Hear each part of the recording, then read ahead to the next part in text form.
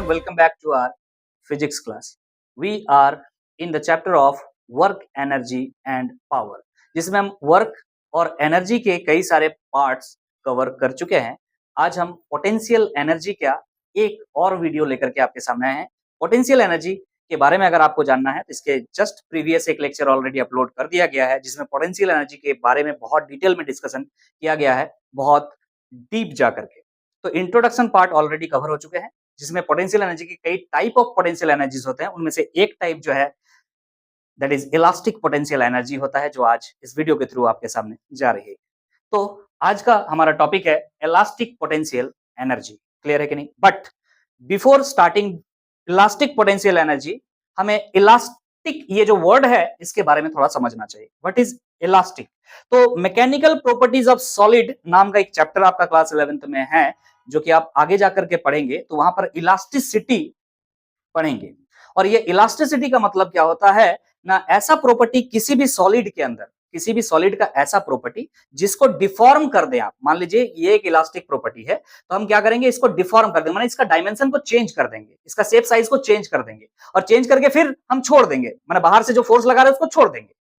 तब क्या होगा, ये अपना जो ओरिजिनल शेप और साइज है उसको वापस रिगेन अगर कर लेगा, तो इसे हम क्या कह देंगे, इलास्टिक मटेरियल कह देंगे। और ये जो फेनोमेना है या फिर ये जो प्रॉपर्टी है इस सॉलिड सब्सटेंस का, इसे हम क्या कह देंगे, इलास्टिसिटी कह देंगे। क्लियर है कि नहीं है? उसका एक फेमस एग्जांपल जो है इस चैप्टर के अंदर आपको पढ़ना है, दैट इज स्प्रिंग। क्लियर है कि नहीं? जब आप किसी स्प्रिंग को स्ट्रेच या कंप्रेस करते हैं और उसको छोड़ देते हैं, तो वो क्या करता है, अपना जो ओरिजिनल शेप था उसको रिगेन करने का कोशिश करता है।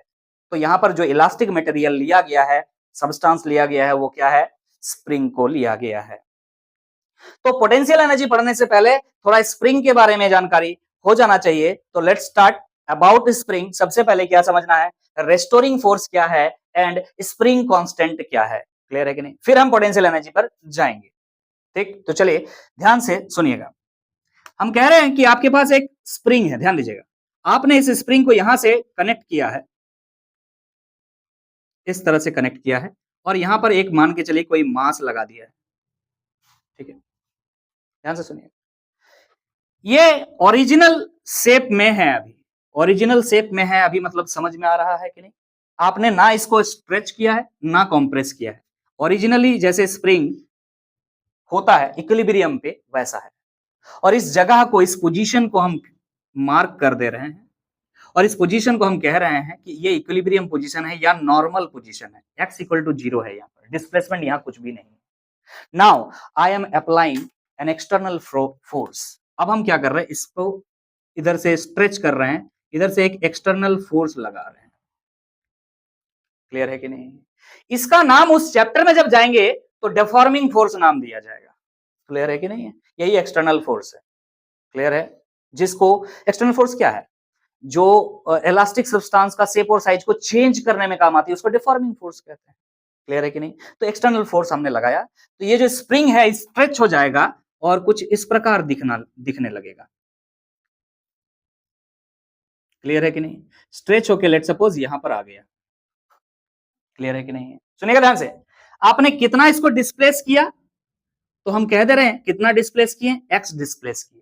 तो जरा बताइए, क्या इस स्प्रिंग के अंदर एक फोर्स जनरेट होगा जो इसको वापस लाने का कोशिश करेगा?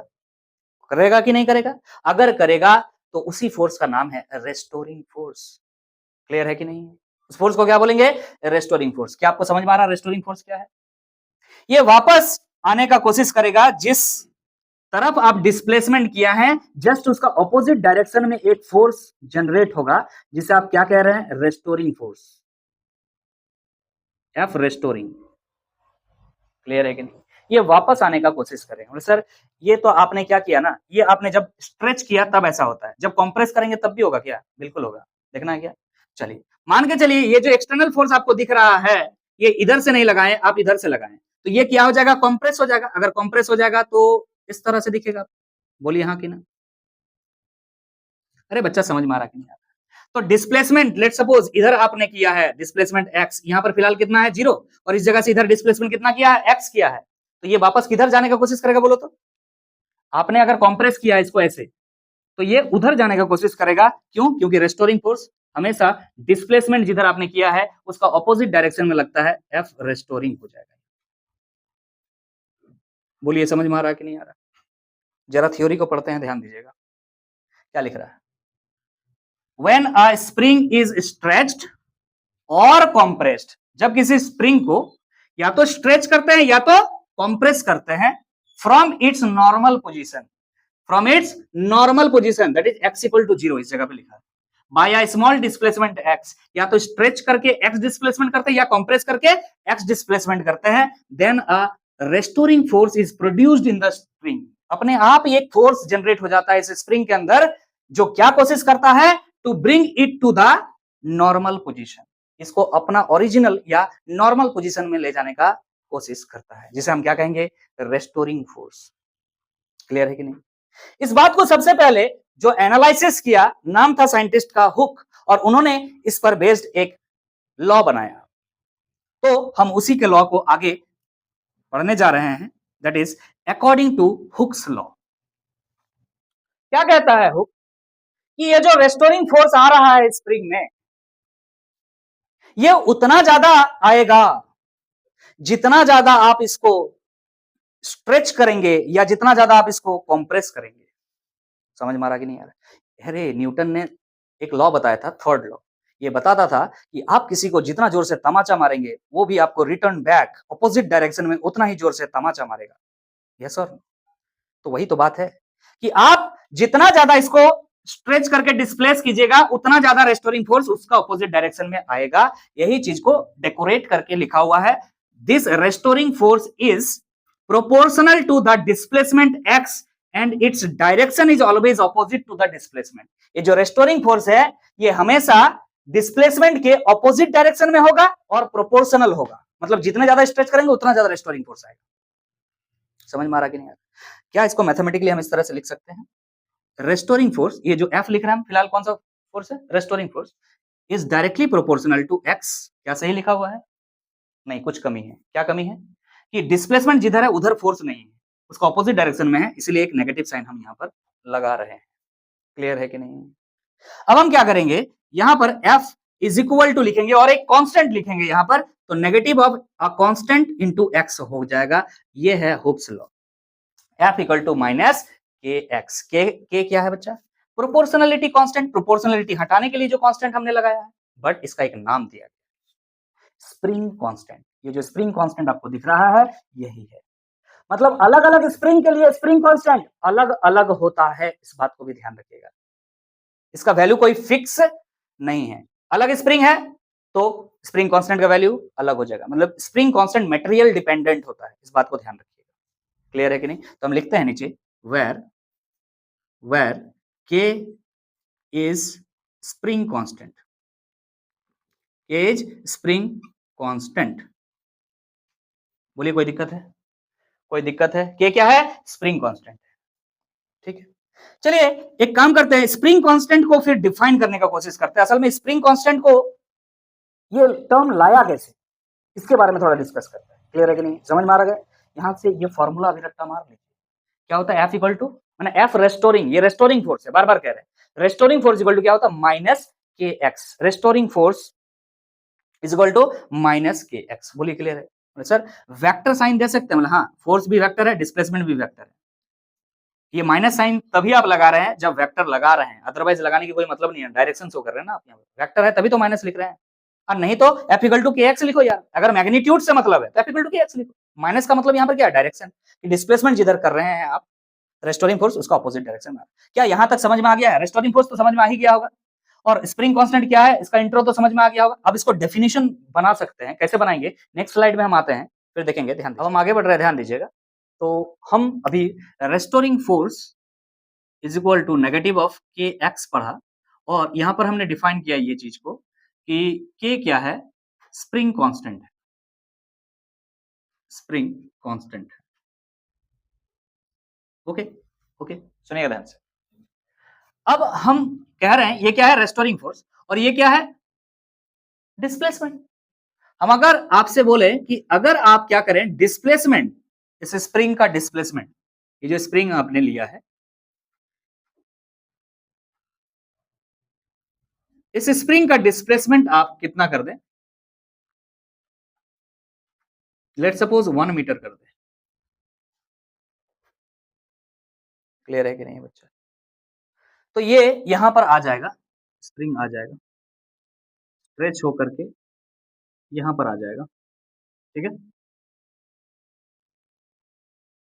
यहां पर आ जाएगा, और इसके पास एक रेस्टोरिंग फोर्स जनरेट हो जाएगा जो कि एफ है, जो कि आप यहां लिखें।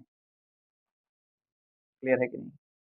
वो किसके इक्वल होगा, माइनस के एक्स के इक्वल होगा। और के क्या है, इस स्प्रिंग का स्प्रिंग कांस्टेंट है। अलग अलग स्प्रिंग है तो स्प्रिंग कांस्टेंट अलग अलग होता है, उसको हम अभी आगे बात करेंगे। अगर आप डिस्प्लेसमेंट एक्स कितना किए हैं, 1 मीटर कर दिए, तो जो रेस्टोरिंग फोर्स लग रहा है वो किसके बराबर है, जरा ध्यान दीजिएगा। एक्स इक्वल टू अगर 1 कर दिया जाए, यूनिट कर दिया जाए, जरूर नहीं मीटर ही हो, सेंटीमीटर भी हो सकता है, तो फोर्स कितना हो जाएगा, बोलो, के बराबर हो जाएगा, बोलो हाँ कि ना। तो सर माइनस के बराबर होगा।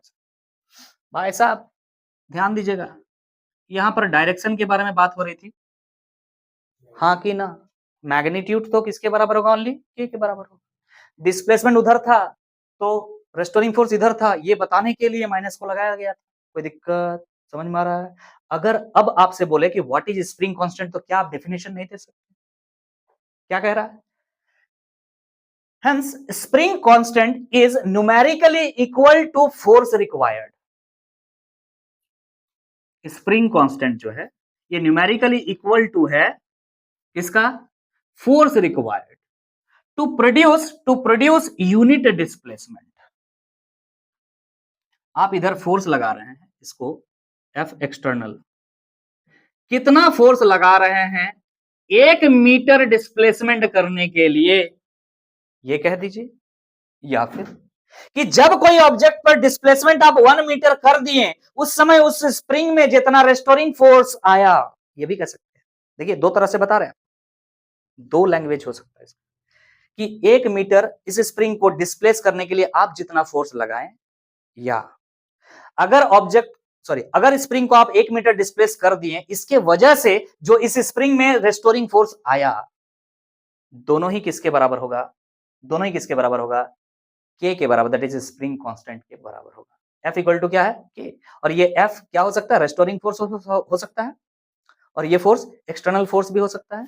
तो एक्सटर्नल फोर्स के टर्म पे जब अगर लिखना चाहेंगे तो कैसे लिखेंगे, to displace a spring for unit distance, the समझ में आ रहा है, the external force required to displace a spring for 1 metre is called spring constant.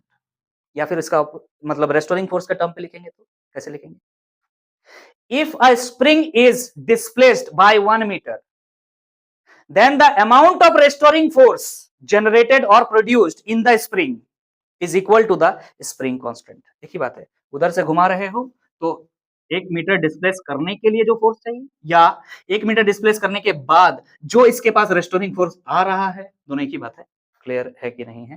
तो यहां पर वही बात लिखा हुआ है, hence the spring constant is numerically equal to the force required to produce unit displacement, चाहे आप कंप्रेशन कर रहे हो चाहे आप एक्सपेंशन कर रहे हो इन द स्प्रिंग, उसी के बराबर होता है। आप डायरेक्टली डेफिनेशन हम दो बताएं अभी, अगर कोई बच्चा सिंसियर है तो दोनों ही सुन सुन के लिखेगा वो पॉज करके। आगे बात करते हैं, इफ रिक्वायर्ड फोर्स इज मोर, ये जो फोर्स हम लगा रहे हैं, अगर हमें 1 मीटर डिस्प्लेस करने के लिए बहुत ज्यादा फोर्स लगाना पड़ रहा है, इसका मतलब क्या कहते हैं हम, इसका मतलब जो स्प्रिंग को आप 1 मीटर डिस्प्लेस करना चाह रहे हैं, या तो कंप्रेस करना चाह रहे हैं या तो एक्सपेंड करना चाह रहे हैं, कितना 1 मीटर एक्सपेंड करना चाह रहे हैं या 1 मीटर कंप्रेस करना चाह रहे हैं, और बहुत ज्यादा फोर्स लगाना पड़ रहा है, तो वो स्प्रिंग बहुत ज्यादा स्टिफ है। क्या है, स्टिफ है। स्टिफ है का मतलब आप कह सकते हैं कि ये सॉफ्ट नहीं है। अरे सॉफ्ट होगा तो स्प्रिंग आराम से एक्सपेंड कर सकते हैं, कंप्रेस भी कर सकते हैं, लेकिन अगर स्टिफ है, वो हार्ड है बहुत ज्यादा, तो हम उसको बहुत ज्यादा फोर्स लगेगा भाई 1 मीटर डिस्प्लेस करने के लिए। समझ में आ रहा कि नहीं आ रहा? तो यही बात लिखा हुआ, if required force is more then the spring is said to be more stiff and vice versa. मतलब वाइस वर्सा का मतलब, अगर if required force is less, तो क्या हो जाएगा, the spring is said to be less stiff और soft बोल सकते हैं। स्टिफ का ऑपोजिट क्या होता है, सॉफ्ट होता है। क्लियर है कि नहीं है? इसका मतलब कोई भी स्प्रिंग का स्प्रिंग कांस्टेंट अगर आपको दिया हुआ है ना, तो वो किस चीज का मेजर है, किस चीज का माप है, तो आप बोल सकते हैं कि वो स्प्रिंग कितना ज्यादा स्टिफ है या कितना ज्यादा सॉफ्ट है। जितना ज्यादा के का वैल्यू दिया हुआ है, आप समझ जाइएगा, अगर मान लीजिए किसी का के का वैल्यू 2 है, किसी स्प्रिंग का के का वैल्यू 2 है और किसी स्प्रिंग का के का वैल्यू 3 है। ओके, अभी यूनिट हम नहीं पढ़ाए इसलिए यूनिट नहीं लिख रहा है, इसका यूनिट होगा। ठीक है, यहाँ पे के यूनिट लिख देते हैं, फिलहाल यूनिट होगा इसका, आगे बात करेंगे, अभी चर्चा करेंगे। तो जिसका के का वैल्यू ज्यादा है वो ज्यादा स्टिफ है, इसका मतलब 1 मीटर डिस्प्लेस करने के लिए रिक्वायर्ड फोर्स किसमें ज्यादा होगा, इसमें ज्यादा होगा। समझ में आ रहा कि नहीं आ रहा? तो के का वैल्यू क्या बताता है, यहां लिख रहा है एक्चुअली के is a measure of the stiffness और सॉफ्टनेस ऑफ द स्प्रिंग। के का वैल्यू ये बताता है कि कोई स्प्रिंग कितना स्टिफ है या कितना सॉफ्ट है। ज्यादा वैल्यू रहेगा तो ज्यादा स्टिफ है, कम वैल्यू रहेगा तो आप या तो कह सकते हैं कम स्टिफ है या सॉफ्ट है। समझ में आ रहा है कि नहीं आ रहा है, क्लियर है कि नहीं? आगे बात करते हैं। नेक्स्ट है डायमेंशन। डायमेंशन कैसे निकालेंगे? तो फॉर्मूला हमने ये बात पढ़ा, अगर मैग्नीट्यूड लिखे, ये माइनस लिखा हुआ है डायरेक्शन की वजह से, अगर मैग्नीट्यूड लिखे तो एफ इक्वल टू क्या होता है, के एक्स होता है। तो यहां से आप के निकाल लीजिए, क्या निकाल लीजिए, के निकाल लीजिए। K equal to F by x हो जाएगा। एफ का मतलब एफ का मतलब फोर्स हो गया, और फोर्स का डायमेंशन क्या होता है, एम एल टी माइनस 2, और एक्स मतलब डिस्प्लेसमेंट, डिस्प्लेसमेंट का हो गया आपका ओनली एल, तो ये एल और एल कैंसिल हो जाएगा, तो क्या डायमेंशन निकल के आएगा, M L zero T minus 2। Clear है कि नहीं? ये हो जाएगा इसका डायमेंशन। आगे बात करते हैं यूनिट ऑफ के। क्या होगा यूनिट, जरा के का यूनिट के बारे में बात कर लेते हैं। तो एफ बाई एक्स है, यहां से दिख रहा है। एफ मतलब फोर्स दैट इज न्यूटन, और नीचे क्या है, डिस्प्लेसमेंट मतलब मीटर, तो न्यूटन पर मीटर जो है इसका एसआई यूनिट हो जाएगा। सीजीएस यूनिट लिखना चाहो तो क्या लिखोगे भाई, न्यूटन की जगह क्या लिख दोगे, डायन, हाँ कि ना, और मीटर की जगह क्या लिख दोगे, सेंटीमीटर। तो यहाँ पर मीटर था, पर सेंटीमीटर कर दिया, ये क्या हो गया इसका सीजीएस यूनिट। बोलिए समझ में आ रहा कि नहीं आ रहा? ऐसा यूनिट न्यूटन पर मीटर, के का वैल्यू हमेशा न्यूटन पर मीटर में दिया रहेगा, और सीजीएस में दिया रहे तो डाइन पर सेंटीमीटर में दिया रहेगा। क्या आपको स्प्रिंग का रेस्टोरिंग फोर्स और स्प्रिंग कांस्टेंट के बारे में ज्ञान हो चुका है? अगर आपको ये बात ज्ञान हो चुका है तो अब हम जान सकते हैं कि किसी स्प्रिंग के अंदर कितना पोटेंशियल एनर्जी स्टोर्ड है। Potential energy stored in spring कह सकते हैं डायरेक्टली। जो यहाँ इलास्टिक बॉडी या इलास्टिक मटेरियल के बारे में बात कर रहे हैं, तो वो इलास्टिक मटेरियल क्या है पहले क्लियर कर दिए। इस चैप्टर के अंदर आपको स्प्रिंग पढ़ना है, क्लियर है कि नहीं? तो चलिए पोटेंशियल एनर्जी हम निकालेंगे किसी स्प्रिंग में कितना स्टोर्ड होता है। अब हम आगे बढ़ रहे हैं, अब टाइम आ चुका है जो टॉपिक हम पढ़ रहे थे, इलास्टिक पोटेंशियल एनर्जी का एक्सप्रेशन हम अब निकाल सकते हैं, क्योंकि स्प्रिंग के बारे में हम पढ़ चुके हैं। क्लियर है? तो 2 नंबर में हम लिख रहे हैं expression for elastic potential energy, और यहां पर इलास्टिक मटेरियल को क्या लिया है, स्प्रिंग लिए हैं। बार बार कह रहे हैं, आपका सिलेबस में यही है, आपको यही बताया जा रहा है। हम कह रहे हैं when a spring is stretched or compressed from its normal position x equal to 0 को नॉर्मल पोजीशन अभी थोड़ा देर पहले आपने देखा, work has to be done by external force against restoring force। नहीं समझ में आया? देखिए ध्यान से हम क्या समझाना चाहते हैं। मान लीजिए आपके पास एक स्प्रिंग है जो कि नॉर्मल कंडीशन में है। नॉर्मल कंडीशन मतलब ना इसमें अभी कोई स्ट्रेच हुआ है, ना कोई कॉम्प्रेशन हुआ है, दिस इज नॉर्मल कंडीशन। ये जो मास आपको यहां दिख रहा है, इस जगह को हम नॉर्मल पोजीशन कह रहे हैं, और नॉर्मल पोजीशन को हम रिप्रेजेंट कर रहे हैं क्या से, ना x इक्वल टू 0 से। यहां पर डिस्प्लेसमेंट कुछ भी नहीं है, ना इधर इसको स्ट्रेच किए हैं, ना इधर इसको कॉम्प्रेस किए हैं। ध्यान दीजिएगा। अब आप क्या करेंगे, अगर हमें इसको स्ट्रेच करना है या कॉम्प्रेस करना है, तो हमें एक प्रॉब्लम का फेस करना होगा। क्या प्रॉब्लम है वो ना सर, रेस्टोरिंग फोर्स। मान के चलिए आप इसको स्ट्रेच कर रहे हैं, इधर एफ एक्सटर्नल लगा रहे हैं, तो आप जैसे इस पर एक्सटर्नल फोर्स लगाएंगे, न्यूटन थर्ड लॉ ये कहता है कि आप किसी ऑब्जेक्ट पर जिस अमाउंट में फोर्स लगाइएगा, सेम अमाउंट ऑफ फोर्स उसके ऑपोजिट डायरेक्शन में ऑटोमेटिक आ जाएगा। तो ये स्प्रिंग उस समय फोर्स लगाना स्टार्ट कर देगा। So this force has to be done some work, मतलब इस फोर्स को कुछ वर्क करना पड़ेगा ताकि ये स्ट्रेच हो सके। किसके अगेंस्ट? तो बोलेंगे रेस्टोरिंग फोर्स के अगेंस्ट। किसका रेस्टोरिंग फोर्स है ये? स्प्रिंग का। स्प्रिंग चाह रहा है कि हम ना स्ट्रेच हो। क्लियर है कि नहीं? तो इसके अगेंस्ट आपको वर्क करना पड़ेगा कि नहीं करना पड़ेगा? तो लेट सपोज हमने वर्क किया है, हमने किया है मतलब क्या है? एक्सटर्नल फोर्स ने जो है वर्क किया। वर्क करना पड़ेगा ना, तभी तो ले जा पाएंगे इसको आप। देखिए यहां से इस जगह से आप यहां तक लेके गए, let the displacement be x x. यहां पर एक्स का वैल्यू कितना है? 0 है। यहां से स्ट्रेच करते करते कहां तक गए? लेट सपोज एक्स तक आप गए हैं। तो यहां पर जो फोर्स आपने लगाया है, इस फोर्स को वर्क करना पड़ा ना अगेंस्ट रेस्टोरिंग फोर्स। अगर इस जगह पर आपसे पूछा जाए कि एक्सटर्नल फोर्स कितना है, तो आप बोलेंगे रेस्टोरिंग फोर्स जितना उतना ही है, हाँ ना। लेकिन जब आप वर्क कर रहे हैं तो वर्क भी निकाल सकते हैं, आगे हम निकालेंगे। हम आपसे बोल रहे हैं, ध्यान से सुनिएगा। When a spring is stretched or compressed from its mean या नॉर्मल पोजीशन, इसको मीन पोजीशन भी बोलते हैं। देखिए मुंह से निकल गया, मीन पोजीशन भी कहा जा सकता है या नॉर्मल पोजीशन कहा जा सकता है, x इक्वल टू 0 से। तब हमें क्या करना पड़ेगा? Work has to be done by external force against restoring force. ये जो रेस्टोरिंग फोर्स है, इसके अगेंस्ट ये जो फोर्स हम लगा रहे हैं, इसको कुछ वर्क करना पड़ेगा। तो हम यहां पर कह सकते हैं ये जो आपका फोर्स है, external force, that is equal to the restoring force. और रेस्टोरिंग फोर्स आपको पता है क्या होता है? माइनस ऑफ के एक्स। यस और नो? माइनस क्यों लगा रहे हैं आपको समझ में आ रहा होगा। ये जो रेस्टोरिंग फोर्स है इस डायरेक्शन में है और इसका डिस्प्लेसमेंट उस डायरेक्शन में है, मतलब ऑपोजिट डायरेक्शन में। और के क्या है? Spring constant. ये जो स्प्रिंग लिया है उसका स्प्रिंग कांस्टेंट हमने के ले लिया। ये ऑलरेडी लास्ट स्लाइड में आप समझ के सीख करके यहां पर आए हैं। क्लियर है कि नहीं? अब हम लिख रहे हैं let the spring is further stretched. यहां तक हमने स्ट्रेच किया है, तब तक का बात किया। हम मान रहे हैं कि इस स्प्रिंग को और थोड़ा सा स्ट्रेच कर रहे हैं। Let the spring is further stretched through the distance dx then work done. कितना दूर तक हमने इसको स्ट्रेच किया, और थोड़ा सा अगर हम स्ट्रेच करें इसको, और थोड़ा सा इसको स्ट्रेच करें, कितना डिस्टेंस तक स्ट्रेच करें? लेट सपोज dx डिस्टेंस तक स्ट्रेच करें। तो इस dx डिस्टेंस तक स्ट्रेच करने के लिए वर्क करना पड़ेगा, और वो वर्क कितना होगा भाई? छोटा सा डिस्प्लेसमेंट है तो छोटा सा वर्क करना पड़ेगा, और वो छोटा सा वर्क को हम dw लिख रहे हैं। And work is nothing but force, external force. अरे भाई साहब, इसको अगर इधर लेके जाएंगे तो एक्सटर्नल फोर्स लगा रहे हैं। एक्सटर्नल फोर्स बच्चा इधर क्या लगा रहे हैं? External force, force into displacement. तो फोर्स डॉट डिस्प्लेसमेंट होता है dx। बोलिए क्लियर है कि नहीं? क्लियर है कि नहीं? बोलो समझ में आ रहा कि नहीं आ रहा? ये जो एक्सटर्नल फोर्स है और ये जो डिस्प्लेसमेंट है, दोनों के बीच का एंगल क्या है? सर डिस्प्लेसमेंट भी इधर ही है, उधर ही कर रहे हैं, और एक्सटर्नल फोर्स भी उधर ही लगा रहे हैं। दोनों के बीच कोई एंगल नहीं है, मतलब 0 डिग्री। तो आप लिख सकते हैं यहां पर एफ एक्सटर्नल dx डॉट हटा दिए मान लीजिए, तो क्या लग जाएगा? डॉट हटने से cos थीटा लगता है, डॉट हट गया, dx लग गया, cos थीटा की जगह cos सीधा सीधी 0 डिग्री लिख रहे हैं। cos 0 डिग्री का वैल्यू 1 हो जाता है, छोड़ देंगे हम उस चीज को। तो हम यहां पर लिख सकते हैं dw is equal to F external और dx।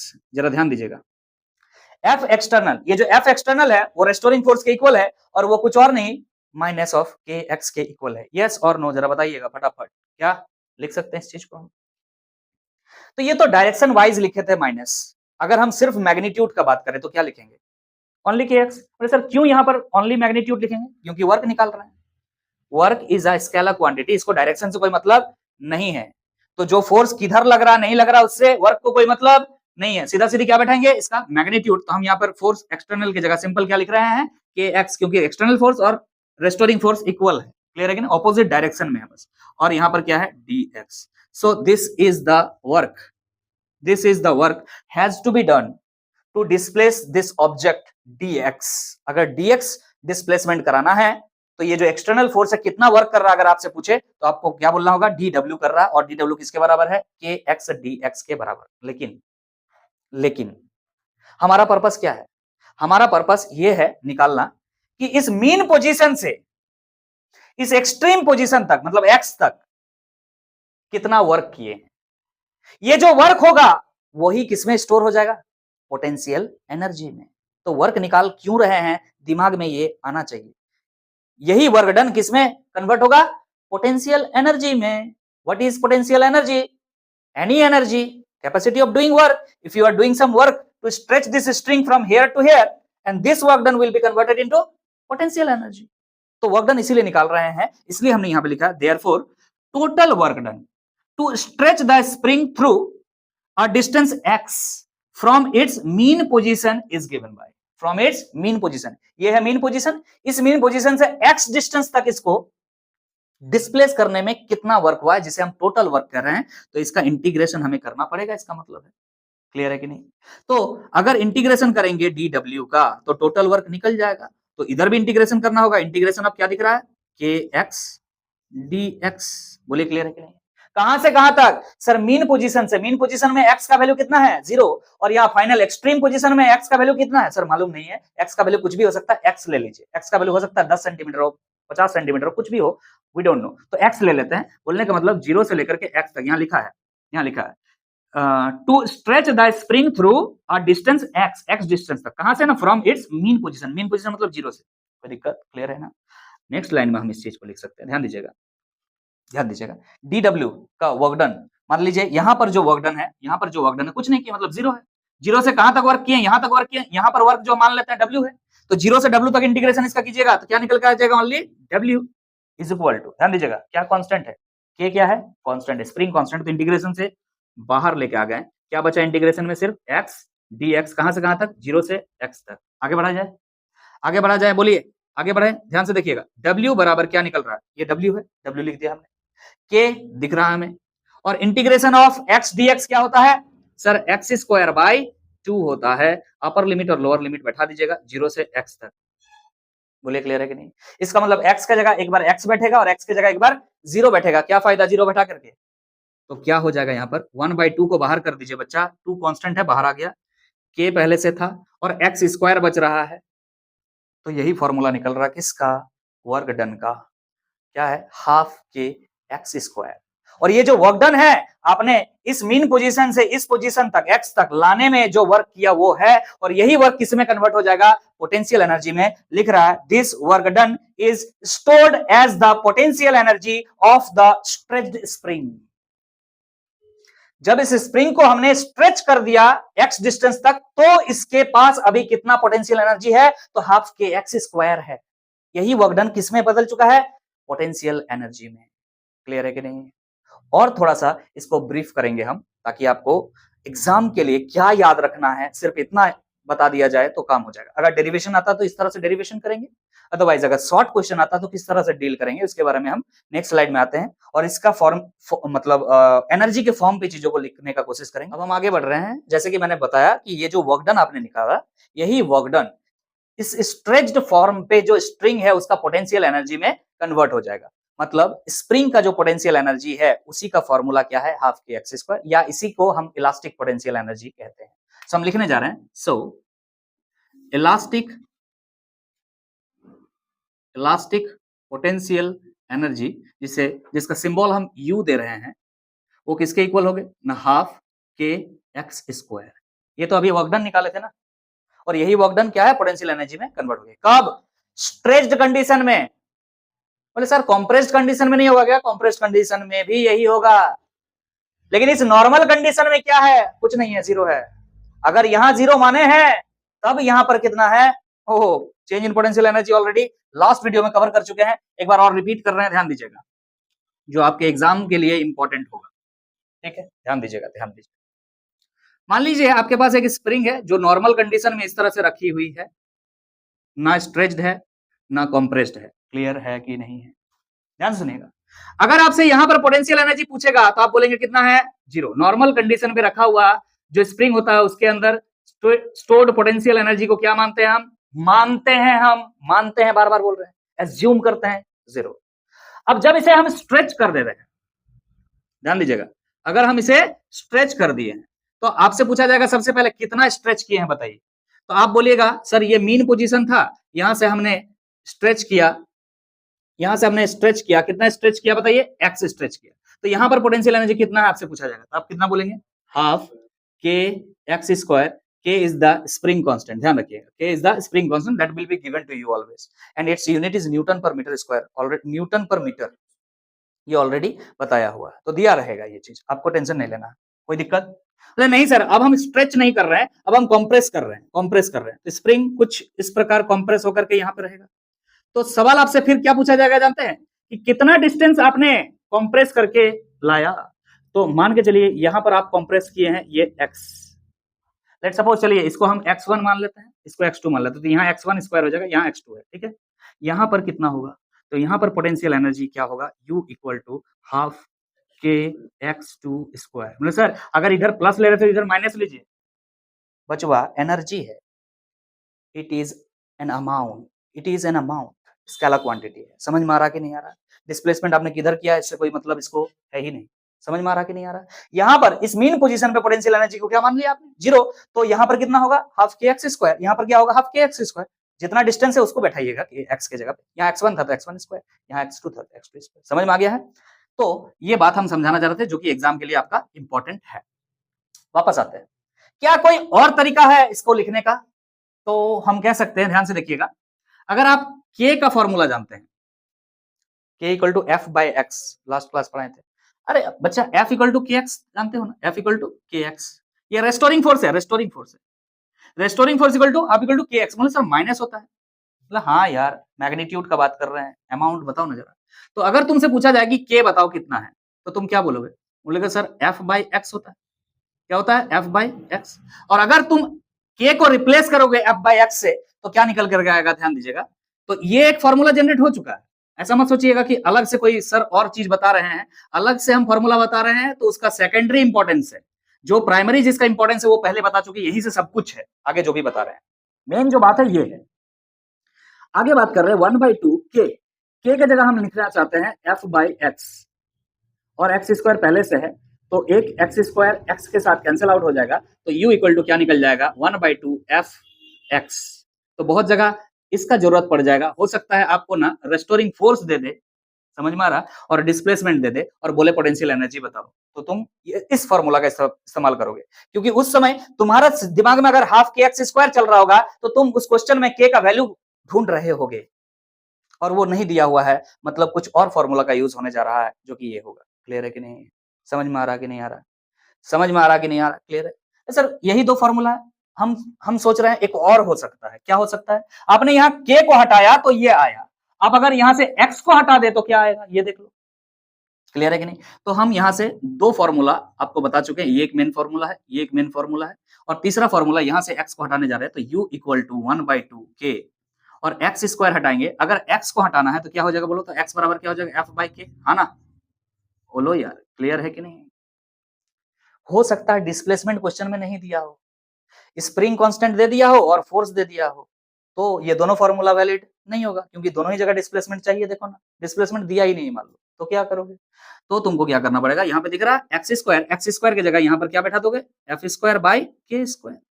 बोलो क्लियर है कि नहीं? तो यहाँ से एक के कैंसिल हो जाएगा, तो u इक्वल टू क्या निकल के आएगा, 1/2 एफ स्क्वायर बाई के।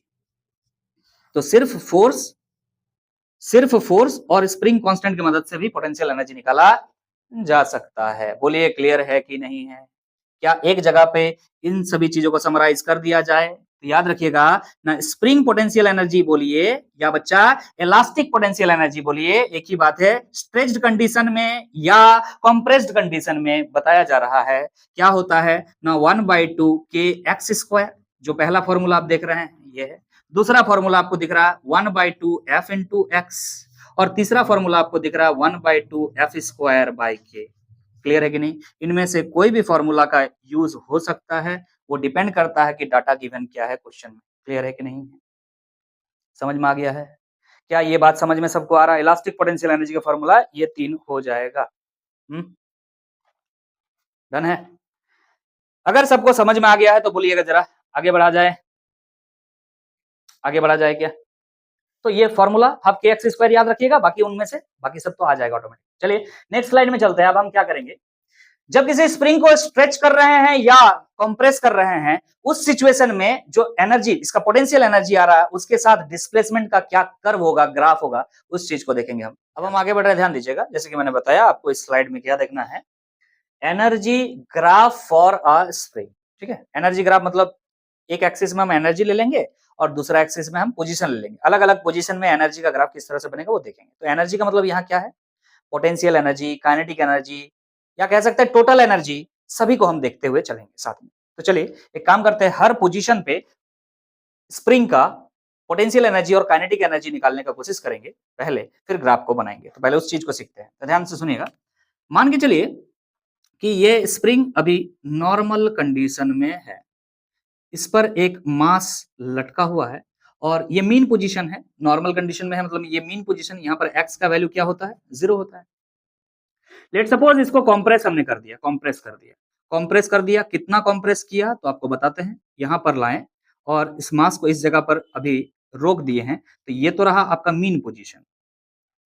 कितना कॉम्प्रेस किए, सवाल ये है। तो हम कह रहे हैं इस जगह पर x का जो वैल्यू है वो -a है। कितना है, -a क्यों कह रहे हैं अभी पता चल जाएगा। x इक्वल टू क्या है यहाँ पर, -a है। ठीक, एक बार अब हम क्या करते हैं, अब सुनो नेक्स्ट कंडीशन, हम क्या करते हैं, अब इस सिचुएशन इसको स्ट्रेच करते हैं, ये कॉम्प्रेस वाला हो गया, अब स्ट्रेच करते हैं। अब अगर स्ट्रेच करेंगे तो ये क्या हो जाएगा, इतना दूर आया, ये मास यहां पर लगा हुआ है। और अब आप क्या कर रहे हैं इस सिचुएशन में, स्ट्रेच कर रहे हैं। लेट सपोज ये x का वैल्यू यहां पर +a है, क्यों -a लिए थे, समझ में आया अभी। अगर स्ट्रेच कर रहे हैं तो x का वैल्यू इस जगह पर क्या मान रहे हैं, +a, तो अगर इधर कंप्रेस कर रहे हैं तो कितना मानेंगे, -a। बस a ही है, दोनों a ही है, बस उधर कर रहे हैं डिस्प्लेसमेंट तो पॉजिटिव में ले रहे हैं, इधर कर रहे हैं डिस्प्लेसमेंट तो नेगेटिव में ले रहे हैं। अब बात को समझिएगा क्या बोलना चाह रहे हैं, सुनिएगा ध्यान से। इस पोजीशन को क्या कहते हैं ना, बोलेंगे सर मीन पोजीशन, इसको क्या कहते हैं, मीन पोजीशन, जिसे आप नॉर्मल पोजीशन भी कह सकते हैं। ठीक है, लेकिन ये जो कंप्रेशन किए हैं आप, या जो एक्सपेंशन किए हैं आप, या जिसे आप स्ट्रेच कह रहे हैं, ये मैक्सिमम एक्सपेंशन है या फिर मैक्सिमम कंप्रेशन है। जिस जगह पर आप किसी स्प्रिंग को कंप्रेस कर रहे, लेकिन इसका एक लिमिट होगा ना, उससे ज्यादा और कंप्रेस नहीं कर सकते। या फिर आप किसी स्प्रिंग को स्ट्रेच कर रहे हैं तो उसका एक लिमिट होगा ना, मैक्सिमम स्ट्रेच कर रहे हैं, उसका लिमिट है वो। जिस जगह पे ये लिमिट होता है उस जगह को क्या कहा जाता है, एक्सट्रीम पॉइंट। क्या कहते हैं, extreme position, extreme position, extreme position.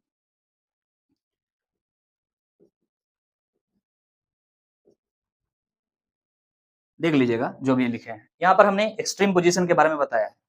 क्या है, एक्सट्रीम पोजीशन। ये एक्सट्रीम पोजीशन कब है, जब स्ट्रेच कर रहे हैं। और ये एक्सट्रीम पोजीशन कब है, जब कंप्रेस कर रहे हैं। यहां तक सिर्फ इतना बताया और कुछ नहीं। ज्यादा दिमाग मत लगाइए, अभी कुछ बहुत ज्यादा कुछ अभी कंप्लीट नहीं हुआ है आपका, बहुत ज्यादा कुछ अभी कवर नहीं हुआ है। तो धीरे धीरे स्टेप वाइज आगे चलेंगे, तब ग्राफ को बनाएंगे। हम एकदम स्लोली चल रहे हैं, सुनिएगा ध्यान से। मान लीजिए कंप्रेस कर दिए इतना और करके छोड़ दिए, तो क्या होगा, तो स्प्रिंग इस तरह से नाचना शुरू करेगा। लेकिन आप बोलेंगे सर नहीं, धीरे धीरे ना ये क्या होगा, रुक जाएगा। हाँ कि ना, हाँ कि ना। लेकिन हम उस कंडीशन के बारे में बात नहीं कर रहे, हम कह रहे हैं कि आपने जितना इधर कंप्रेस किया, इसको जब आप छोड़िएगा तो उतना ही डिस्टेंस इधर भी कवर करेगा, और फिर वापस आएगा, उतना ही डिस्टेंस वापस इधर कवर करेगा, फिर उतना ही डिस्टेंस उधर कवर करेगा। ये वाला बात हो रहा है। बात समझ में आ रहा कि नहीं आ रहा।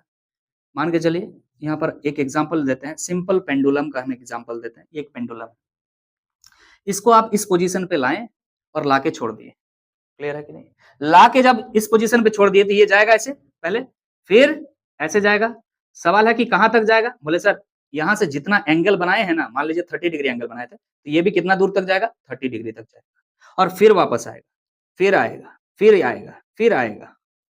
इसको क्या बोलते हैं जानते हैं, SHM, simple harmonic motion. Simple harmonic motion, जो कि आपको ऑसिलेशन नाम का चैप्टर में देखने को मिलेगा। इसी को क्या कहा जाता है, सिंपल हार्मोनिक मोशन। क्लियर है, तो सुनिएगा ध्यान से। किस कंडीशन के बारे में डिस्कस हो रहा है, समझ में आ गया है कि ये एक्सट्रीम पोजीशन पे ला करके इसको हम छोड़ दिए। एक्सट्रीम मतलब या तो हो सकता है एक्सपेंशन करके या तो कंप्रेशन करके छोड़ दिए, फिर ये क्या करेगा, इस तरह का मोशन करेगा, SHM करेगा। इसको क्या बोलते हैं, simple harmonic motion. Let suppose आपके पास ये जो पंखा है, क्या ये SHM करता है जब घूमता है, क्या अपना पोजीशन को बार बार रिपीट करता है। SHM का मतलब होता है अपना पोजीशन को बार बार रिपीट करे। ये जो मीन पोजीशन है, देखिए ध्यान से, इधर से जब जाएगा तो मीन पोजीशन को पार करता हुआ जाएगा, फिर इधर से आएगा तब भी मीन पोजीशन को पार करता हुआ आएगा, बार बार ऐसा करेगा, इसी को बोलते हैं SHM। तो क्या वो अपना मीन पोजीशन को रिपीट करता है, रिपीट करता है, सही बात है, रिपीट तो करता है, लेकिन लेकिन वापस नहीं आता है।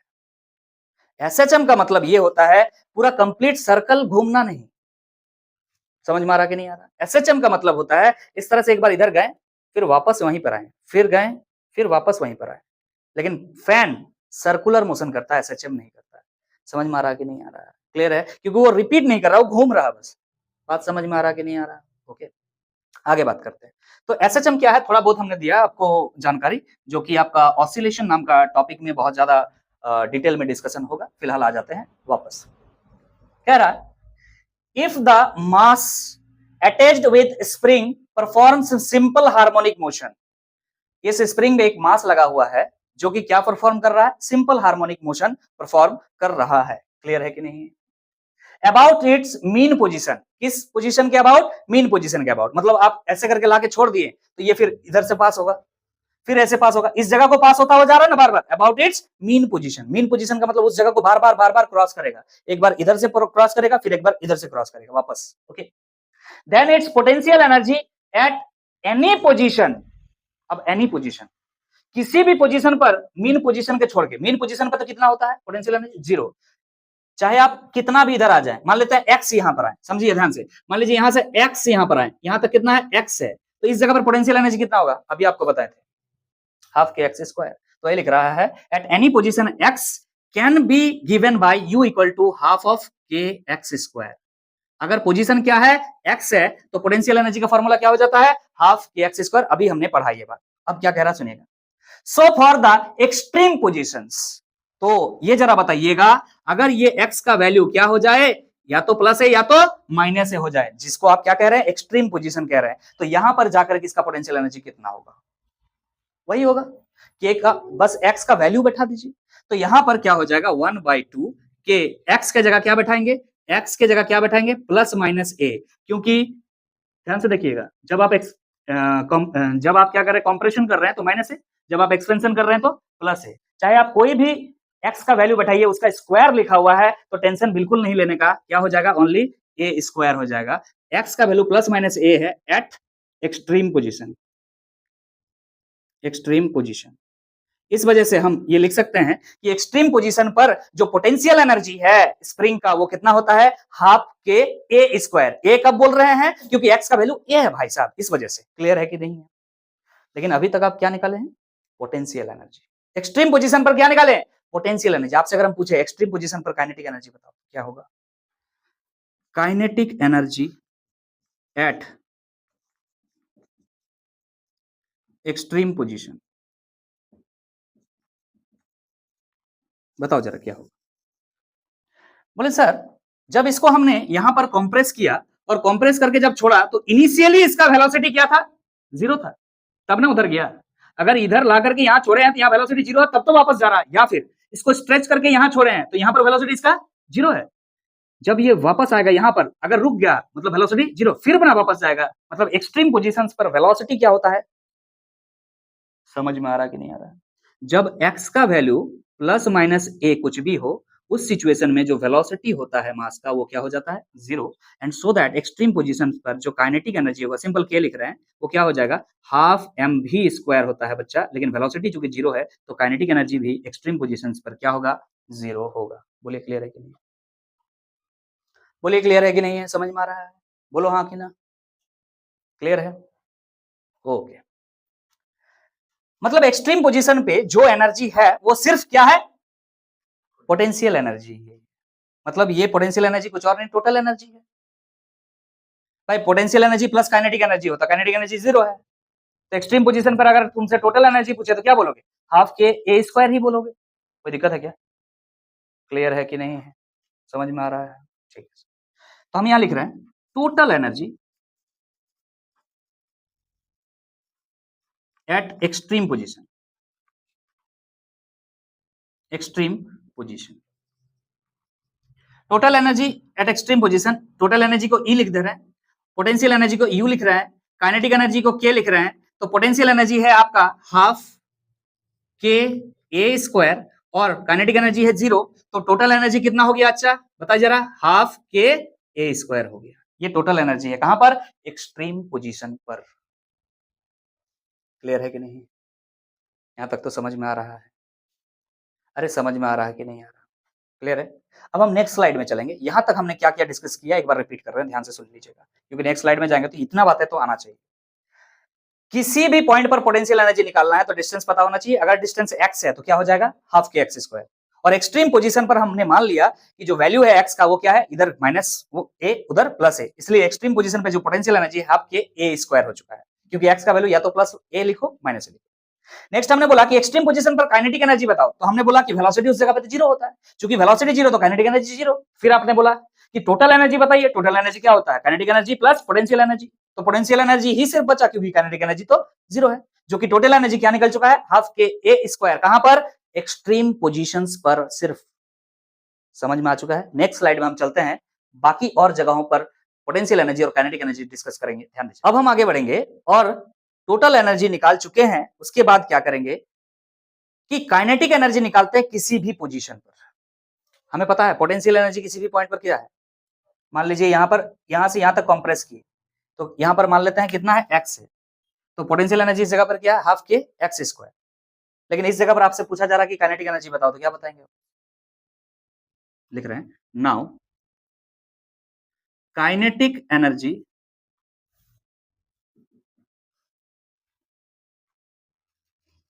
At any position. Kinetic energy के इक्वल टू क्या लिखेंगे, जरा बताओ, देखिए ध्यान से। Total energy is equal to क्या होता है ना sir, potential energy plus kinetic energy. और अगर आपसे बोला जाए कि काइनेटिक एनर्जी बताओ, तो क्या करोगे, टोटल एनर्जी में से पोटेंशियल एनर्जी को घटा दोगे। तो हम वही काम करने जा रहे हैं, total energy minus potential energy. Clear है? सो टोटल एनर्जी तो आप निकाल चुके हैं अभी, क्या है, हाफ के ए स्क्वायर। बोले सर आप तो एक्सट्रीम पोजीशन पर टोटल एनर्जी बता रहे हैं। अरे कहीं पर भी टोटल एनर्जी उतना ही होता है, total energy is conserved. Energy conservation जानते हो कि नहीं, समझ में आ रहा कि नहीं आ रहा? ये काइनेटिक एनर्जी कभी बढ़ेगा, जब काइनेटिक एनर्जी बढ़ेगा तो पोटेंशियल एनर्जी घट जाएगा, जब पोटेंशियल एनर्जी बढ़ेगा तो काइनेटिक एनर्जी घट जाएगा, लेकिन जो टोटल एनर्जी है वो हमेशा कंजर्व्ड है। समझ में आ रहा कि नहीं आ रहा? तो हम कह रहे हैं kinetic energy equal to total energy minus potential energy. और पोटेंशियल एनर्जी किसी भी पोजीशन पर, एट एनी पोजीशन का मतलब होता है, यहाँ पर एक्स के बारे में बात हो रहा है, दैट इज क्या हो जाएगा, हाफ के एक्स स्क्वायर। तो यहां से काइनेटिक एनर्जी तुम्हारा निकल के आ रहा बच्चा 1/2 के कॉमन आ जा रहा है, और क्या आ जा रहा है, ए स्क्वायर माइनस एक्स स्क्वायर। किसी भी पोजीशन पर काइनेटिक एनर्जी तुम इस फॉर्मूला से निकाल सकते हो। क्लियर है कि नहीं? क्लियर है? चलिए अब एक काम करते हैं, ये जो भी फॉर्मूलाज आपने अभी तक पढ़ा उसके हेल्प से हम अलग अलग पोजीशन पर maximum potential energy, maximum kinetic energy, minimum potential energy और मिनिमम काइनेटिक एनर्जी सबको निकालने का कोशिश करते हैं। फ्रॉम above इक्वेशन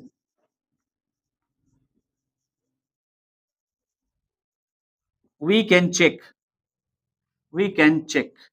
क्या चेक करेंगे, देखिए ध्यान से। आपसे पूछ रहे हैं पोटेंशियल एनर्जी मैक्सिमम कहां होगा, जरा बताओ तो। सर एक्सट्रीम पोजीशन पे पोटेंशियल एनर्जी मैक्सिमम होता है, अभी आपने बताया कि जब 1/2 के एक्स क्या वैल्यू ए हो जाए, एक्सट्रीम पोजीशन होता है, और एक्सट्रीम पोजीशन पर यू का वैल्यू क्या हो जाता है, मतलब पोटेंशियल एनर्जी मैक्सिमम हो जाता है। मिनिमम कब होगा, जरा बता सकते हैं?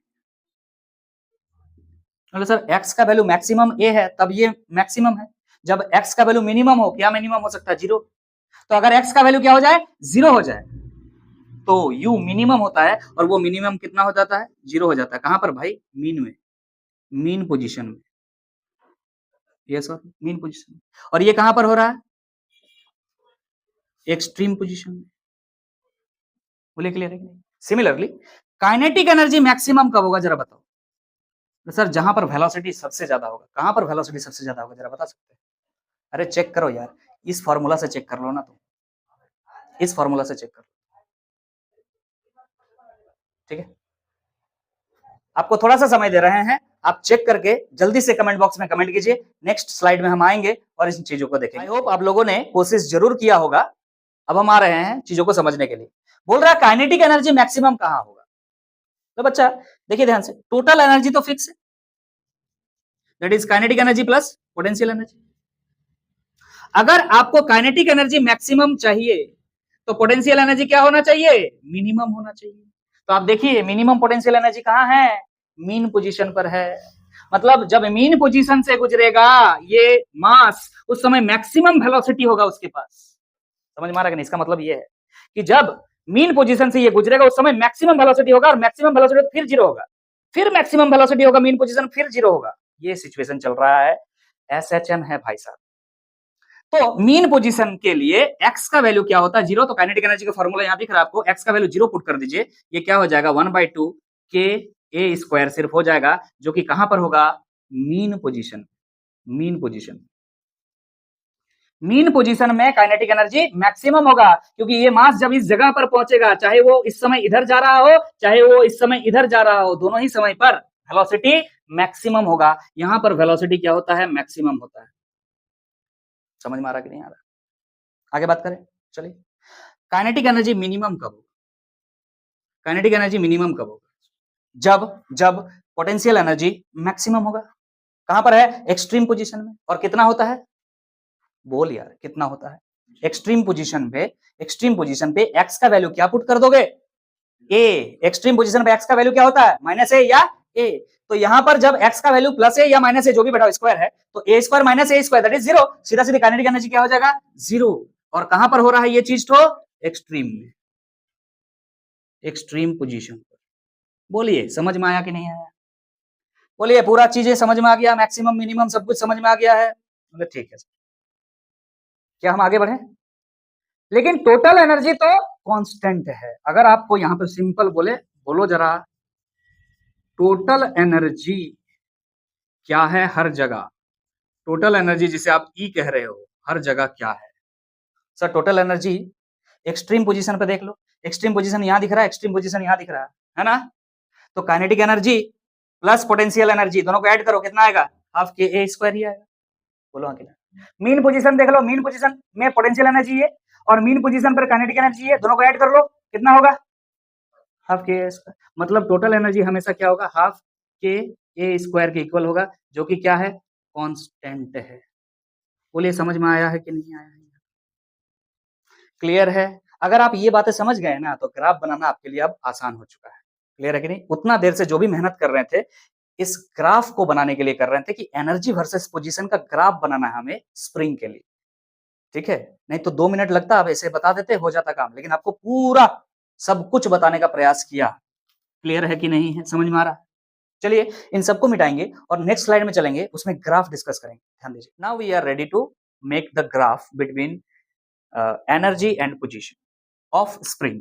ओके, सो एक एक्सिस में हम एनर्जी ले लेते हैं, देखिएगा ध्यान से। इस एक्सिस में हम एनर्जी दिखा रहे हैं और इस एक्सिस में हम पोजीशन दिखा रहे हैं।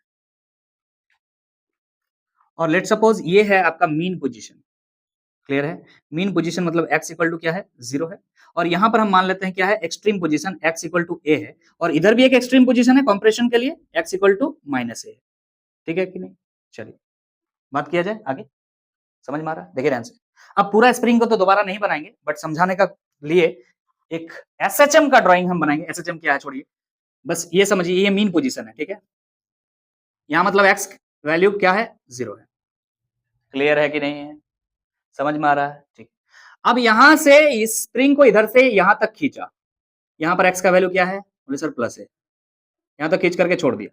जब से ही छोड़ दिया, ये इसको यहां तक ला करके छोड़ दिया, ये फिर रिटर्न बैक होगा, ये रिटर्न बैक होगा, बोलो हाँ कि ना, बोलो हाँ कि ना। अरे रिटर्न बैक होगा ना, यहां तक आया, फिर इधर ही जाएगा अभी भी, बोलो हाँ कि ना। अरे बोल यार हाँ कि ना, यहां तक जाएगा, फिर ये एक्सट्रीम पोजीशन तक आएगा जहां पर x का वैल्यू क्या है, माइनस ए है, बोलो हाँ कि ना। फिर ये यहां से चलना शुरू करेगा, फिर ये इधर जाएगा, बोलो हाँ कि ना। बोलो समझ में आ रहा है? यहां पर 1 साइकिल कम कंप्लीट होता जानते हो। देखो ध्यान से, एक बार यहां से यहां तक गया, फिर वापस यहां से यहां तक आया, तो बहुत कोई सोचता है 1 साइकिल हो गया, नहीं ये हाफ साइकिल। फिर वापस यहां से यहां आया, फिर यहां से जब यहां तक वापस आया तब उसको बोलते हैं half cycle. This is quarter cycle, this is quarter cycle, this is quarter cycle, this is quarter cycle, this is complete cycle. समझ में आ रहा है कि नहीं आ रहा? इस चीज को आप इस तरह से भी समझ सकते हो, ध्यान से समझो। हम बोल रहे हैं कि पार्टिकल यहां से यहां तक आया पहले, मतलब यहां से यहां तक आया, फिर पार्टिकल यहां से यहां तक आया, फिर वापस यहां से यहां, देखो वापस आया ना, ऊपर गया फिर वापस नीचे आया। क्लियर है कि नहीं? वापस आया, फिर यहां से इधर ही गया, फिर नीचे ही गया, कंटिन्यू नीचे ही गया, फिर रिटर्न मारा तो फिर ऊपर गया, रिटर्न मारा मतलब ऊपर गया, समझ में आ रहा है? कंप्लीट साइकिल हो गया है। क्लियर है? ये सब चीजें एसएचएम में आपको समझाया जाएगा, बाकी जो जरूरत है यहाँ पर उसके बारे में बात करते हैं। जरा एक्सट्रीम पोजीशंस के बारे में बात कर लीजिए। एक्सट्रीम पोजीशन पे सर पोटेंशियल एनर्जी मैक्सिमम होता है और वो किसके बराबर होता है? हाफ के ए स्क्वायर के बराबर। लेकिन सर काइनेटिक एनर्जी इस समय मिनिमम होता है, जो कि कितना होता है? 0 होता है। क्लियर है कि नहीं? इन दोनों ही पोजीशन पर बात हो गया। एक्सट्रीम पोजीशन मतलब ये भी है और ये भी है। सिमिलरली समझ में आ गया है कि नहीं आ गया? अरे बताओ जरा, सेम बात किसके लिए वैलिड है? इन एक्सट्रीम पोजीशंस के लिए भी वैलिड है। अब अगर हम बात करें मीन पोजीशन का, तो इसके लिए अलग से हम बात करना चाहते हैं। देखिए ध्यान से, ये मीन पोजीशन है बच्चा, ये मीन पोजीशन है और मीन पोजीशन में काइनेटिक एनर्जी आपका मैक्सिमम होता है और काइनेटिक एनर्जी मैक्सिमम कितना होता है? हाफ के ए स्क्वायर होता है, अभी आपने देखा। और पोटेंशियल एनर्जी इस समय क्या होता है? मिनिमम होता है, दैट इज 0 होता है। बोलिए क्लियर है कि नहीं है? समझ में आ रहा है यहाँ तक? ओके, क्लियर है कि नहीं? चलिए ध्यान से सुनिए। आप समझिए, मीन पोजीशन से इधर का बात कर रहे हैं, खाली अभी एक तरफ का बात कर रहे हैं। एक तरफ रिपीट हो जाएगा, बस एक तरफ का देख लीजिए, दूसरा तरफ रिपीट हो जाएगा। तो यहाँ बताइए जरा, काइनेटिक एनर्जी है सिर्फ, हाँ ना? धीरे धीरे काइनेटिक एनर्जी घटता जाएगा, घटता जाएगा, घटता जाएगा और यहाँ पर क्या आ जाएगा? मैक्सिमम पोटेंशियल एनर्जी हो जाएगा। समझ में आ रहा है कि नहीं? यहाँ पर मैक्सिमम पोटेंशियल एनर्जी, मतलब काइनेटिक एनर्जी धीरे धीरे घटेगा और पोटेंशियल एनर्जी धीरे धीरे बढ़ेगा। और यहाँ पर मैक्सिमम पोटेंशियल एनर्जी होगा, मिनिमम काइनेटिक एनर्जी होगा। समझ में आ रहा है कि नहीं आ रहा? सवाल है कि ग्राफ किस तरह से बनाए? एनर्जी का ग्राफ है, क्या इस तरह से बनाए कि इस तरह से बनाए कि इस तरह से बनाए? समझ में आ रहा कि नहीं आ रहा? किस तरह से बनाए? तो क्या यहाँ पर जो एनर्जी है, टोटल एनर्जी बताइए ना जरा, टोटल एनर्जी क्या है? हाफ के ए स्क्वायर। आपको दिख रहा है कि यहाँ पर जो टोटल एनर्जी है वो किस बात पर डिपेंड करता है? किस बात पर डिपेंड करता है? ये तो कांस्टेंट टर्म्स, कांस्टेंट टर्म्स को अगर छोड़ दिया जाए तो किस पर डिपेंड करेगा? सिर्फ ए स्क्वायर। ए स्क्वायर मतलब क्या है? ये पैराबोला है और पैराबोला क्या हो जाएगा यहाँ पर? ओपन पैराबोला, अपवर्ड पैराबोला की डाउनवर्ड पैराबोला? भाई ऐसे हो जाएगा तो हाइपरबोला हो जाता है। ये पैराबोला है जो दिख रहा है आपको। क्लियर है कि नहीं है? So this is the graph that you will find. Clear है कि नहीं? तो ये कहां तक जाएगा? एक्सट्रीम पोजीशन तक बनाना है, हम बहुत ज्यादा आगे तक बना दिए, यहां पर जाकर रुक जाएगा। क्लियर है कि नहीं है? क्लियर है कि नहीं है? समझ में? इस सिचुएशन में जो एनर्जी है टोटल, वो कितना है? अगर आपसे पूछा जाए तो क्या बोलेंगे? टोटल एनर्जी यहाँ पर कितना है? टोटल एनर्जी कितना है? हाफ के ए स्क्वायर है। तो यहाँ पर जो एनर्जी है, यहाँ पे शो कर देते हैं हम, क्या है? हाफ के ए स्क्वायर है। क्लियर है कि नहीं है? समझ में आ गया? सो ये किसका ग्राफ बनाया आपने? काइनेटिक एनर्जी और पोटेंशियल एनर्जी दोनों का बना दिया? नहीं, सिर्फ एक ही चीज का बनाया। एक्सट्रीम से लेकर के यहां तक किसके बारे में बनाया? किसके बारे में बनाया? तो इधर के बारे में बात हो रहा है, तो सिर्फ और सिर्फ काइनेटिक एनर्जी के बारे में आप बताते हैं, क्योंकि इधर पोटेंशियल एनर्जी इस जगह पे तो क्या है? 0 है। धीरे धीरे पोटेंशियल एनर्जी बढ़ता जा रहा है, यहाँ मैक्सिमम हुआ है। समझ में आ रहा है कि नहीं आ रहा है? हाँ, यहाँ पर मैक्सिमम क्या हुआ? यहाँ पर पोटेंशियल एनर्जी, सॉरी, तो पोटेंशियल एनर्जी धीरे धीरे मैक्सिमम हुआ नहीं, ये पोटेंशियल एनर्जी का, इसका मतलब ये जो ग्राफ बना रहे हो किसका बना रहे हो? Potential energy. अरे देखो यार, यहाँ पर पोटेंशियल एनर्जी कितना है? ये जो एनर्जी का ग्राफ है, पोटेंशियल एनर्जी यहाँ पर ग्राफ 0 दिखा रहा है, धीरे धीरे पोटेंशियल एनर्जी बढ़ता जा रहा है, के हाफ के स्क्वायर हो रहा है, ये पोटेंशियल एनर्जी है इसका मतलब। तो सर एक काम कीजिए, इधर भी वही सेम चीज होगा ना सर? अगर इधर सेम चीज होगा तो ग्राफ को रिपीट कर दो बस, यहाँ पर कुछ करना थोड़ी है, बस उसका इमेज ले लीजिए, हो गया काम। बोलिए क्लियर है कि नहीं? बोलिए क्लियर है कि नहीं? ये कौन सा ग्राफ बना है अभी आपका? सिर्फ और सिर्फ पोटेंशियल एनर्जी का, काइनेटिक एनर्जी का बना है। देखिए ध्यान से, जरा 0 के बाद का बात करेंगे, इधर से इधर का बात करेंगे। यहाँ काइनेटिक एनर्जी क्या है बोलो? सर मैक्सिमम है। मैक्सिमम कितना है होता है? इतना होता है। उसके बाद क्या होगा? धीरे धीरे काइनेटिक एनर्जी बोलो घटता जाएगा, घटता जाएगा और घटते घटते कितना हो जाएगा? यहाँ पर आकर के 0 हो जाएगा। तो घट रहा है, अब ग्राफ इस तरह से बनेगा। बात समझ में आ रहा है? अभी भी पैराबोला ही है। ए स्क्वायर पे डिपेंड करता है ना, ए पे डिपेंड नहीं करता है। अगर ए पे सिर्फ एक्स पे डिपेंड करता तो स्ट्रेट लाइन होता, एक्स स्क्वायर है पैराबोला। क्लियर है कि नहीं है? तो सर इधर भी रिपीट कर दीजिए, काम हो जाएगा। इधर भी रिपीट कर दीजिए। ये जो ग्राफ आप बनाए, ये किसके लिए बनाए? काइनेटिक एनर्जी के लिए। बोले क्लियर है कि नहीं? अच्छा, टोटल एनर्जी क्या जुल्म किया बताइए ना? अरे टोटल एनर्जी, ये जो हाफ के ए स्क्वायर है, ये तो क्या है? हमेशा कांस्टेंट है, और कांस्टेंट के लिए ग्राफ जो बनता है वो क्या बनता है? स्ट्रेट लाइन बनता है। और स्ट्रेट लाइन आपका पहले से बना हुआ दिख रहा है। This is the graph of total energy. यहाँ सारा चीज आपको दिख रहा है। इसके अंदर में जो आपको दिख रहा है ब्लैक कलर का ग्राफ, वो काइनेटिक एनर्जी है। ये जो ब्लू कलर का दिख रहा है graph, that is potential energy. Potential energy plus kinetic energy is equal to total energy. देखिए ध्यान से, जब काइनेटिक एनर्जी मैक्सिमम है तो पोटेंशियल एनर्जी मिनिमम है है कि नहीं? यहां पर भी जब पोटेंशियल एनर्जी मैक्सिमम है तो काइनेटिक एनर्जी मिनिमम है। यहां पर भी जब पोटेंशियल एनर्जी मैक्सिमम है तो काइनेटिक एनर्जी मिनिमम है। समझ में आ रहा है? और यहां पर उल्टा है, जब काइनेटिक एनर्जी मैक्सिमम है तो पोटेंशियल एनर्जी जीरो है। समझ में आ रहा है कि नहीं आ रहा है? So this is the graph. इसके लिए इतना देर से हम लोग बहुत मेहनत कर रहे थे। समझ में आ गया? डायरेक्टली ऐसा लिखा हुआ रहता है तो समझ, रफली इस तरह से बनाए आप लोग, ठीक से बनाइएगा। समझ में आ गया है? क्लियर है ना? तो अगर क्लियर है तो आई होप स्प्रिंग से रिलेटेड सारा बातें हमने कवर कर लिया। और स्प्रिंग पर स्टोर्ड पोटेंशियल एनर्जी कब? जब या तो स्ट्रेच्ड कंडीशन में हो या तो कंप्रेस्ड कंडीशन में हो। वो क्या होता है? इसका मेन फॉर्मूला याद कर लीजिएगा, हाफ के एक्स स्क्वायर होता है। बाकी और दो फॉर्मूला उसी से डेराइव होता है, उसको याद करने की अलग से जरूरत नहीं। क्लियर हो चुका है? चलिए इस सेशन को हम यहीं पर करेंगे समाप्त। इलास्टिक पोटेंशियल एनर्जी का डेरिवेशन वगैरह सब कुछ हो चुका है। इससे छोटे-मोटे जो सवाल आते हैं आप लोग बना सकते हैं, अदरवाइज इसका जो थ्योरी है वही इंपॉर्टेंट है। ये एसएचएम अगर कर रहा होता है तभी ये बातें जो हमने बताया तभी लागू होता है। एक होता है डैम्प्ड ऑसिलेशन बच्चा, उसके लिए ये लागू नहीं होता है। बोलने का मतलब ये इस तरह से धीरे-धीरे रुक जाएगा, उसके लिए ये लागू नहीं होता है। क्लियर है?